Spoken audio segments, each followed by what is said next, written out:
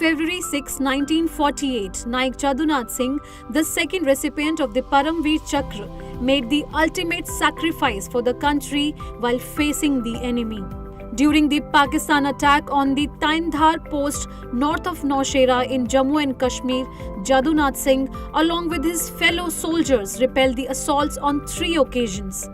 Although injured in the second attack, Jadunath Singh displayed unwavering courage. Every bullet fired from Jadunath Singh's machine gun inflicted heavy casualties on the Pakistanis. Despite successfully pushing the enemy back, he succumbed to wounds from bullets in the chest and head. Posthumously awarded the Paramveer Chakra in 1950, the INAN 198 island in Andaman Nicobar was renamed Naik Jadunath Singh on Paramveer Divas in 2023. On February 6, 2006, Gurbaksh Singh Dhillon, a soldier in Netaji Subhash Chandra Bose Azad Hind Fauj, passed away in Gwalior. As a colonel in the Azad Hind Fauj, Dhillon faced prosecution by the British during the Red Fort trial.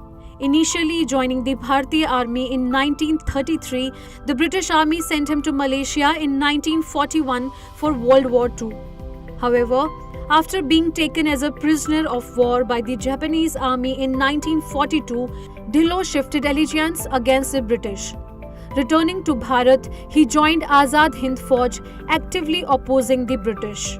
The Red Fort trial in 1945 led to his arrest along with other Azad Hind Fauj members, sparking nationwide protests. Due to mounting pressure, the British released Dhillon and his associates. In 1998, Gurbaksh Singh Dhillon was posthumously honoured with the Padma Bhushan by the Government of Bharat for his dedicated service to the country. NASA's Apollo 14 moon mission successfully landed on the moon on February 6, 1971.